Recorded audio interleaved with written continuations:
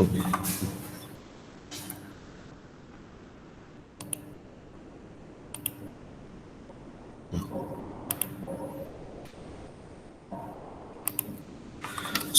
welcome back to the class. Now, as in the previous problem, we have seen what is the equation for magnitude m, which is 1 upon omega into root of 1 plus omega square t square, whereas angle is minus 90 minus tan inverse of omega t. This much we have seen in the previous class. Now I will put the two end conditions as in the previous case. The first end condition is omega is equal to 0. If I put omega is equal to 0, 0 multiplied by anything in the denominator is 0. So 1 upon 0 is infinity. So the magnitude becomes infinity. Whereas angle, if you put omega is equal to 0, this is minus 90 because it doesn't consist of any omega at all. So it will remain minus 90, and minus tan inverse of 0 is 0. So minus 90. So the first point A is along minus 90 line. Minus 90 line means clockwise measurement. So this is 0. You measure like this. This is a minus 90 line. On this minus 90 line, you have to mark infinity.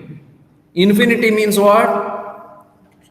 Infinity means a line will not meet that at any point. So it will go parallel to that. So the point A is parallel to this. It will go up to infinity. It is supposed to meet that at infinity. Infinity never comes, so it will never meet. So this is one point A. This is infinite. It is actually infinity. It is not. I have to show something. That's why I have shown here. So here omega value is 0. Second point B point is when omega is equal to infinity. I will put the value of omega as infinity. Infinity multiplied by infinity is infinity. So 1 upon infinity is 0. So the magnitude becomes 0. Whereas angle is, this is minus 90 as it is. Tan inverse of omega, that is infinity, is tan inverse of infinity is 90 only. So minus 90 minus 90 minus 180. So minus 180 line is this. You measure plus 180 line and minus 180 line are same. If you measure in this way, it is plus 180. If you measure it in this way, it is minus 180. So minus 180 line, on that magnitude you plot equal to 0. So 0 means origin. So point B is at the origin. So the curve will start at A and end at B. Now I want to measure this parallelity because this goes parallel to this. So how much is that parallelity? For that, there is a procedure called as rationalization. So how to do rationalization? Rationalization is the process by which you eliminate imaginary quantities in the denominator. In the denominator, there should not be any imaginary term. Now, all the imaginary terms are in the denominator only. If you see here, if you see g of j omega, both the imaginary terms are in the denominator. In the numerator, there is real term only. So I will devise a process by which I will eliminate all imaginary quantities in the denominator and make only in the numerator. In the numerator, I can have both real as well as imaginary, but in denominator, I don't want any imaginary terms. For that, I will go for what is known as rationalization. So 1 upon j omega into 1 plus t j omega. So what I will do is, I will multiply and divide by complex conjugate of that. So plus j omega is there, I will multiply it by minus j omega here. Correct? Multiply and divide by the same quantity. If you multiply and divide by the same quantity, that means you are multiplying it by 1. If you multiply anything by 1, you are not changing anything. So if I multiply and divide by 1, nothing will change. So I will multiply and divide by the same quantity. So minus j omega, complex conjugate of j omega, minus j omega, I will multiply and divide. I have not written minus because it is meaningless. Whereas a complex conjugate of 1 plus Tj omega is 1 minus Tj omega. So 1 minus Tj omega divided by 1 minus Tj omega. I will multiply and divide by the same quantity. Then I will simplify. If I simplify this, this becomes j omega into 1 minus Tj omega. Whereas if you see in the denominator, j square into j square is minus 1 and minus of minus is plus 1. And omega square, it will become omega square. Then this a plus b into a minus b is a square minus b square. So minus sign once again becomes plus because of j square becomes minus 1. So it is 1 square plus t square omega square. 1 square or 1. 1 square is 1 only. 1 plus t square omega square. So now you see in the denominator there is no j, or nowhere you will find imaginary quantity. Both are real. Okay. Now I will separate the real and imaginary part of the numerator. I will multiply 1 into j omega, and this becomes j square becomes minus 1, minus of minus plus 1, then omega square into t it will become. Correct? Yes. Now I will separate. See here, I will divide the real part. Real part is t omega square. Here there is no imaginary quantity. T omega square divided by omega square into bracket 1 minus t omega square. Omega square cancels. So minus t divided by 1 plus t omega square is the real part. Whereas the imaginary part is j as it is. 1 omega will cancel. So by mistake I have written omega square here. It is omega only because I have cancelled 1 omega with that. So it is divided by omega into 1 plus t square omega square. So this is the real part. This is the imaginary part. Now I want to check the parallelity at infinity. When parallelity at omega is equal to 0. So omega is equal to 0. Magnitude becomes infinity. So omega is equal to 0 if I put omega is equal to 0, this becomes minus t and this becomes minus j infinity, because denominator is 0 means anything divided by 0 is infinity. So j into infinity it will become. So that means this line goes parallel to imaginary axis at a distance of minus t. So I have shown this minus t and it line goes parallel to this afterwards, and then as it comes nearer it comes and closes slowly to this. So this is how you have to do the rationalization. Rationalization means what? You have to multiply and divide by complex conjugate of any poles. Any poles whatever are there, because poles are in the denominator. I don't want anything complex in the denominator. Hence, I will rationalize it by multiplying and dividing it by same quantity, that is complex conjugate of the each of the poles. So this is one problem number 2. So what you can understand? See the problem 1 and problem 2. In problem 1, there is only first order pole. In problem 2, there is one first order pole with one pole at origin. So if you add one pole at origin to a first order system or first order pole, the polar plot, the effective polar plot will shift by minus 90. So instead of starting at 0, it will start at minus 190 degrees. That means it will shift by 90 degrees, minus 90 degrees. And it will further go up to, instead of 90 degrees, minus 90 degrees, it will go up to minus 180 degrees. That means the polar plot, if it consists of only a first order pole like this, if you add one pole at origin to that, it will bodily shift by minus 90 degrees. And the shape will change. Definitely the shape will change. In that case, the shape here was starting at 1 physical value, but here it is changes to infinity. It will start at infinity. That is what is the important thing.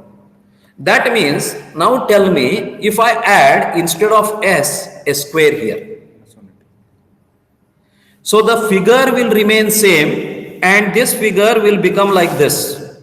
This figure will become like this. I will show you later. That is, it will further shift by another 90 degrees. That means minus 90. So instead of minus 90, it will start from minus 180 and end at minus 270. If I add S cube here, it will be like this. That means it will further rotate by another minus 90 degrees. So it will start at minus 270 and end at 360 degrees or 0 degrees. Like that, that means if there is an addition of pole at origin to any given system, it will rotate the effective polar plot by another minus 90 degrees. It is shift by minus 90 degrees, not rotate by minus 90 degrees. It will shift the polar plot bodily by minus 90 degrees. This is what is the condition. Now, another type of problem we can take. In this problem, you can see there is 1 plus T1S into 1 plus T2S. Instead of T1, T2, these are general terms. You will get values also for T1 and T2. T1 may be 5, T2 may be 2, something like that. The polar plot remains same only. Only the values will change. Values will change. How? I will tell you. See, this means it is a second order system consisting of two first order poles. One first order pole is 1 plus T1S, another first order pole is 1 plus T2S. So wherever S is there, I will replace it by J omega. So I will replace the J omega. You are not supposed to multiply and simplify this. You have to keep it here like that only. So I will write the magnitude of this into magnitude of this in the denominator. Magnitude of the numerator is 1 only. Because there is no imaginary part, 1 square plus 0 under root is 1. So this is 1 square plus T1 omega square under root, 1 plus T1 omega square. Here 1 plus T2 square omega square. Sorry, I made a mistake. It is not T1, it is T1 square and this is T2 square. Squaring of both the terms, that is T omega is the coefficient of J. T1 square omega square and T2 square omega square. Then angle of the numerator, 1 is there, tan inverse of imaginary part, it is 0, so angle of the numerator is 0, and minus angle of denominator, that is minus angle of this minus angle of this. So minus angle of this is tan inverse of imaginary part, that is T1 omega divided by 1, and this is T2 omega divided by 1. So tan inverse of omega T1 omega T2. Two end conditions. Put omega is equal to 0 in the magnitude equation. If you put omega is equal to 0, it is 1 under root. This is 1 under root, that is 1. So the magnitude is 1. And angle is, if you put omega is equal to 0, tan inverse of 0 is 0, tan inverse of 0 is 0, angle is 0. This is 0, this is 0. So it will start here like the first problem, and this distance is 1 unit. This distance is 1 unit, angle is 0. Angle 0 line means x-axis. Horizontal, positive x-axis. Then the second value is b. That is omega is equal to infinity. If you put omega is equal to infinity in the magnitude equation, anything divided by infinity is 0, so the magnitude becomes 0. Whereas angle, omega is infinity, tan inverse of infinity is 90 degrees, tan inverse of infinity here also is 90 degrees, minus 90 is minus 180. So minus 180 line is this. So on this you have to measure 0. So 0 is at origin. So A point is here, B point is here, then it will go like this and go here. So that means it will cut this imaginary axis. This cuts at minus 90 line. This is a minus 90 line. Where it cuts and what value of omega it cuts, you have to determine. For that, once again, we will go for rationalization. So, in the next page, I will do the rationalization. So, 1 upon 1 plus T1 omega, j omega, T2 j omega, I will multiply and divide by same quantity. 1 plus T1 j omega, 1 minus T1 j omega. Multiply and divide by same. 1 minus T2 j omega, 1 minus T2 j omega, complex conjugate of this. Okay, I will simplify this. I will simplify this. Here in the denominator, it becomes 1 plus T1 square omega square, 1 plus T2 square omega square. There is no imaginary quantity in the denominator. J has vanished. In the numerator, I have multiplied these two brackets and separated real and imaginary parts. This is 1 plus 1 minus T1 T2 omega square, and this becomes J omega T1 plus T2. Correct? And denominator remains same. Now, I want to find where it cuts the imaginary axis. When the polar plot comes on the imaginary axis, its real part is 0. If point lies on y-axis, x coordinate will be 0. So that means if the any point when it has to lie on the imaginary axis, its real coordinate has to be 0 only. So I will put real coordinate equal to 0. What is the real coordinate? 1 minus T1 T2 omega square divided by this denominator is there. That divided by denominator I am putting equal to 0 means that denominator goes on the right hand side and it will become 0. That means 1 minus T1 T2 omega square is equal to 0, or omega is equal to plus or minus 1 upon root T1 T2. Okay.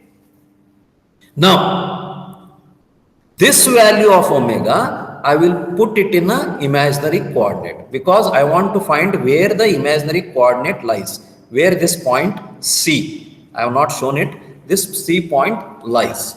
So for that, I will put the value of omega, which is 1 upon root T1 T2. Now, plus or minus is two values of omega are there, but we are bothered only about the plus value, negative value we are not considering. So omega is equal to plus 1 upon root T1 T2. I will put it in the imaginary coordinate. What is imaginary coordinate? 1 minus j omega divided into T1 plus T2 divided by this. Correct? So here I will substitute the value there, and finally I will get the value as root of T1 T2 divided by T1 plus T2 with the minus sign.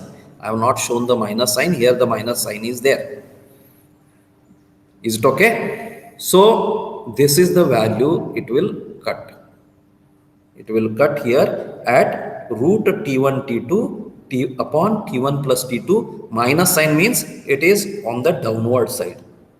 Plus sign means upward. Is it clear? Now this is our polar plot. That means if the system has two first order poles, the polar plot will move by another 90 degrees, minus 90 degrees. That means earlier only one term is there, 1 plus Ts. In that case, the polar plot was from 0 and minus 90. Now it is between 0 and minus 180. Suppose there is one third first order pole, 1 plus T3s is there. That means this polar plot will rotate by another minus 90. That is, it will start from 0 only, then it goes to minus 90, minus 180, minus 270. So this plot will cut both imaginary axis as well as real axis, and here it will become 0. So by addition of one first order pole, the polar plot will rotate by additional minus 90. Whereas by addition of one pole at origin, the polar plot by shift by minus 90. That is what is the difference. So similarly, from that there are some standard polar plots given here. See, this is our first polar plot. This is our second polar plot. By addition of one pole at first order pole, this is got cut here in the scanning. This is the second problem. There are T1s, T2s. So it will another rotate by another minus 90 degrees. So if there are 3, 1 plus T1s, T2s, T3s, minus 90, minus 180, minus 270. So it will rotate by 2 times. There are 2 axes it will cut. Here it will cut as well as here it will cut. At what value of omega it will cut is this one. At what value of omega it will cut here is this one. You have to do it by a rationalization.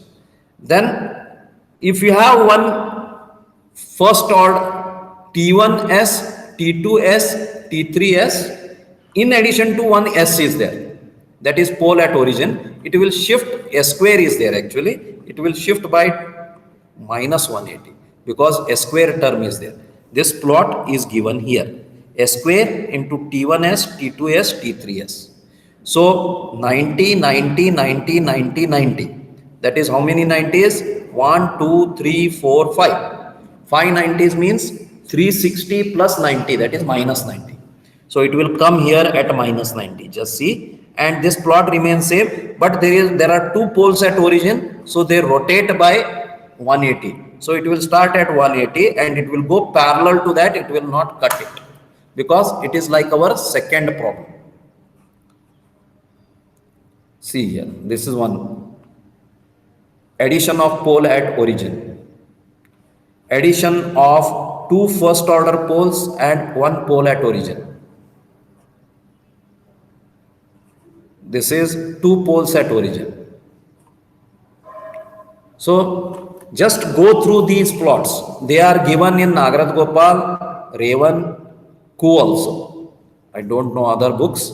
And these sketches are given. Anyway, we are sharing the PPT. You go through them and their values. These are called as standard polar plots and you will come to know the idea about it. Then in the next class, tomorrow, you will complete the Bode plot and we will come back to a polar plot and a Nyquist plot in the next Wednesday's class. And there we can go for non-standard polar plots and Nyquist plots. Okay. So here I will stop today. If you have any difficulty, you can ask me.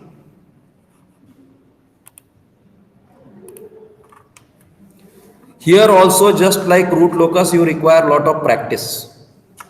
So solve the problems. As many problems are there like that. Okay.